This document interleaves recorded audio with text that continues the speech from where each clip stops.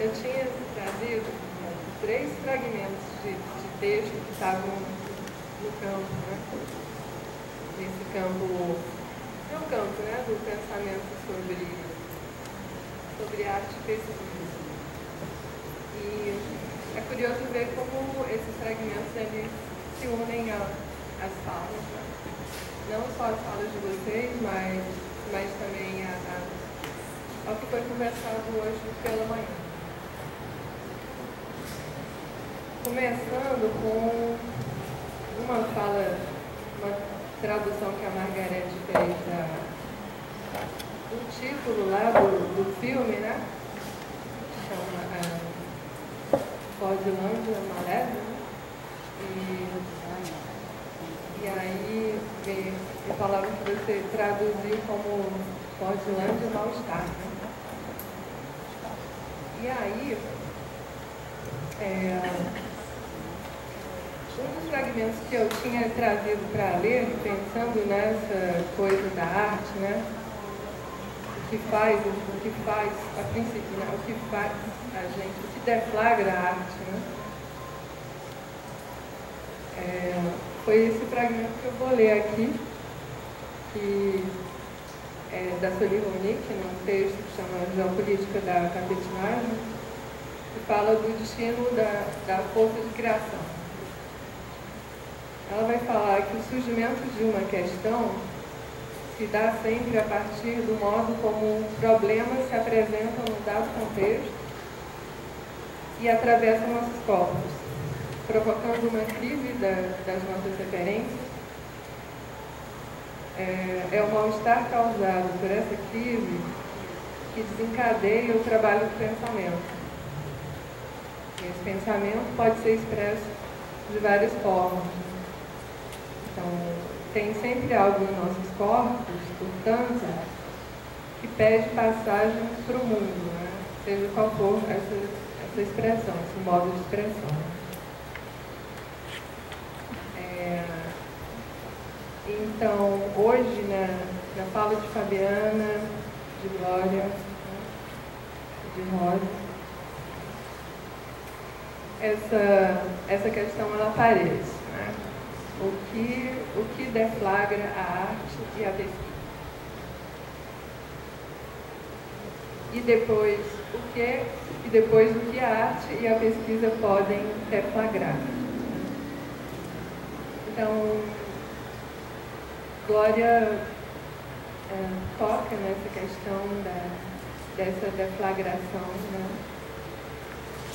Essa presença do corpo, né, na pesquisa e essa atenção empática ao que acontece, né?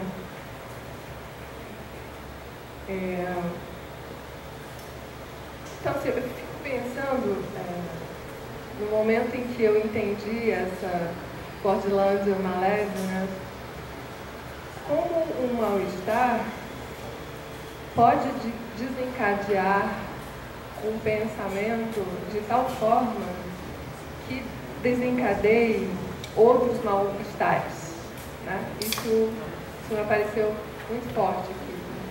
Como um mal-estar de um grupo específico, né, convoca, amplia esse grupo e produz, né, com esse mal-estar, viaja mundos, né, e chega aqui e produz mais mal-estar, né? Então, assim, queria trazer essa noção de arte como esse atravessamento, né, dos corpos. Né? Bom, e aí outra coisa chama atenção na fala de Fabiana, né? Que assim, como a arte e a arte e a pesquisa como atividades distintas quanto aos procedimentos, né? Isso ficou então, e aí a pergunta que eu coloco são de fato distintos esses procedimentos, né? colocado de outra forma, assim, que procedimentos ou modos de fazer articulam, aproximam a arte à pesquisa. E aí eu queria, com relação a isso, né, ler um texto, uma pequena história que eu trouxe e que se encaixou aí. E diz respeito inclusive às aranhas que Margarete trouxe hoje de manhã também, por coincidência, né?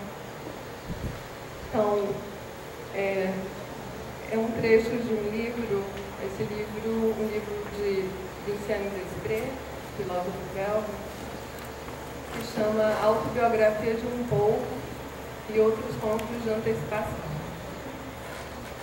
Então, tem um conto desse livro chamado A Investigação do Zumbido, ou As Cantoras Silenciosas, né? Que trata da investigação de zumbidos que aracnólogos afiliados à Associação Histórica de Pterolinguística vinham sentindo, né? Desde que começaram a pesquisar aranhas por meio do diapasão, né? Então, o conto trata disso, desse zumbido que esses aracnólogos vinham escutando. E ao final do conto a gente descobre que esses zumbidos se deviam ao fato das aranhas serem obrigadas a superar o ruído de fundo que nós causávamos, nós humanos, né? Então, a autora vai trazer vários documentos para falar desse conto. Eu queria só ler um trecho de um desses documentos aqui, que aproxima essa questão da arte e da pesquisa, mais especificamente isso que Fabiana trouxe como os procedimentos, eu acho. Essa questão fundamental, são diferentes mesmo esses procedimentos, né? Então ela começa, né? É uma transcrição da fala de Tamara Chesnoccio durante a reunião plenária da Associação de Ciências Cosmofônicas e Paralinguísticas. Então ela vai falar: meus caros colegas, hoje eu gostaria de falar sobre uma carta que recebi recentemente de uma de nossas colegas aracnólogas, doutora Connie Grace, que me diz que a escreveu após sua participação no experimento conduzido pela equipe do Dr. Trovato sobre zumbidos. Nessa carta, Grace me diz que de repente percebeu que as sensações de zumbido talvez se devessem ao fato de as aranhas se verem obrigadas a superar o ruído de fundo formado pela infinidade de ondas e vibrações que continuamos criando em nossos ambientes superantropizados. Seu primeiro palpite foi de que as aranhas estavam de alguma forma vipuleando, termo que ela criou para se referir ao efeito de um grito que seria vibrado, que ele seria dirigido aos aracnólogos porque elas pensavam, no âmbito dos experimentos com diapasão, que os aracnólogos e elas, as aranhas, falavam a mesma língua. Cito-a: não deveríamos repensar fundamentalmente nossos métodos? Muitos de nós, cientistas, queremos fazer testes de reações. Outros tentam dialogar, mas devemos supor que o que temos feito até agora é interferir. Senhoras e senhores, esta carta deve fazer-nos pensar. As aranhas fizeram a escolha muito sábia de ocupar os interstícios da visão e audição, para povoar com suas próprias histórias um mundo no qual o falar vibra e onde vibrar faz responder. Cantoras silenciosas de uma canção. Sua poesia sem som é escrita na pequena vibração de teias, flores e caules. Elas fazem coro com grãos de areia, com grãos de poeira que dançam com o vento, com as vibrações terrestres e eventos cósmicos. Tudo fala com elas e tudo escreve com elas, desde tempos imemoriais. Mas imagine o que elas devem pensar de nós, falantes inconscientes, pior, bárbaros, analfabetos.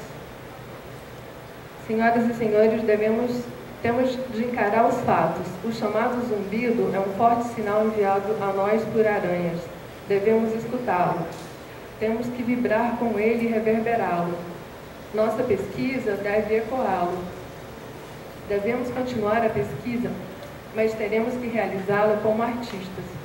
Não estou dizendo que apenas os artistas terão agora que dialogar com elas, mas que os cientistas terão de abordá-los como artistas, ou mais precisamente, como artistas a outros artistas.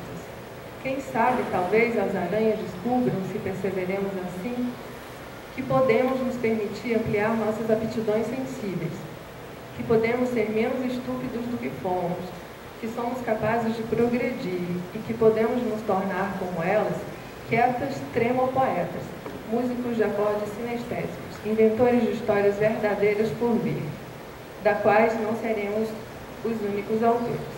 Aprenderemos com ela a cultivar o zumbido para recebê-los e honrá-los. Graças às aranhas estaremos conectados à Terra através de nossos tímpanos. Então poderemos sentir as canções do planeta e do cosmos, caules e plantas que respondem às vibrações das cigarras. O ar será o palco e o vento nosso maestro. Nós vamos escrever, enfim, juntos a poesia de um silêncio trêmulo e quase sussurrado. Bom, eu trouxe esse trecho, não sabia se ia ler, mas acho que essa questão dos modos de fazer, ela aparece aqui. De fato, uma separação, né? Essa pergunta que eu coloco. Assim, Glória falou muito disso, essa atenção empática. Assim, a presença do corpo na pesquisa. É a presença do corpo, né? Que é o pensamento do corpo, né? Que você coloca.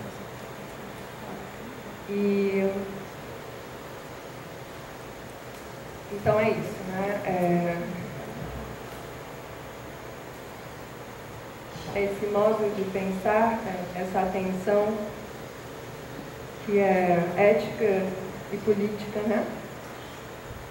Que está muito presente na arte, mas que pode chegar dessa forma à pesquisa, né? E aí uma coisa me chama a atenção também na apresentação de Rosa, que eu queria colocar para finalizar. Chamou muita atenção a sua apresentação sobre os museus e essa questão da contemplação meramente estética dos objetos do museu. Deflagra o quê, né? Também, pensando nisso.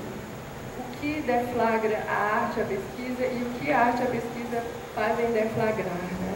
E eu não tive como não pensar aqui, fazer essa última relação no museu que Márcia Santana traz durante a fala pela manhã, né? O museu como, não chamam nem de museu, né? Mas os objetos como máquinas de trazer de volta um tempo existencial significativo, né? Preservar apenas o que é visto, o que se preserva, né? O que é essencial para a manutenção da vida, né? Do axé. São duas formas bem diferentes de tratar, né? Esses objetos também, né? É isso, assim, a arte como essa capacidade de fazer passar esse mal-estar, que na verdade é esse axé querendo se fazer passar, né? Bom, eu vou parar por aqui.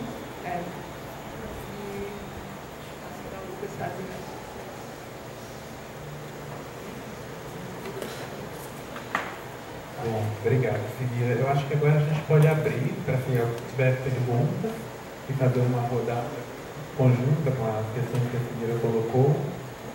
E aí, acho que umas 3 por aí a gente volta para a mesa responder. Alguém?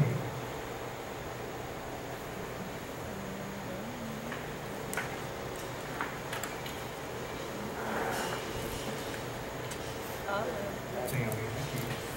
Deve ir aqui. A conta do microfone. Não é super rápido. Porque muita parte da fala da Fabiana, que ela contasse mais um pouco, porque essa codificação da arte da pesquisa se dá na universidade, né? Eu fico pensando vindo da Unicamp, a gente tem uma tradição aí em Campinas que supostamente há um diálogo entre essas áreas, elas ficam ali em volta dentro de dificuldades, prédios muito próximos, mas a própria universidade construiu de uma maneira em que elas não tem muito diálogo. Então, vindo da história, vejo colegas fazendo pesquisa nas artes, e vejo isso ainda de uma maneira muito apartada. Então, eu trouxe um percurso para a gente, eu fiquei pensando se eu podia contar um pouco mais sobre as transformações que essa codificação causou na própria universidade. Né? Parabenizar todas as colegas e amigos. Obrigado. Alguém mais gostaria de colocar pergunta agora? Você pode. Acho que o microfone não chega.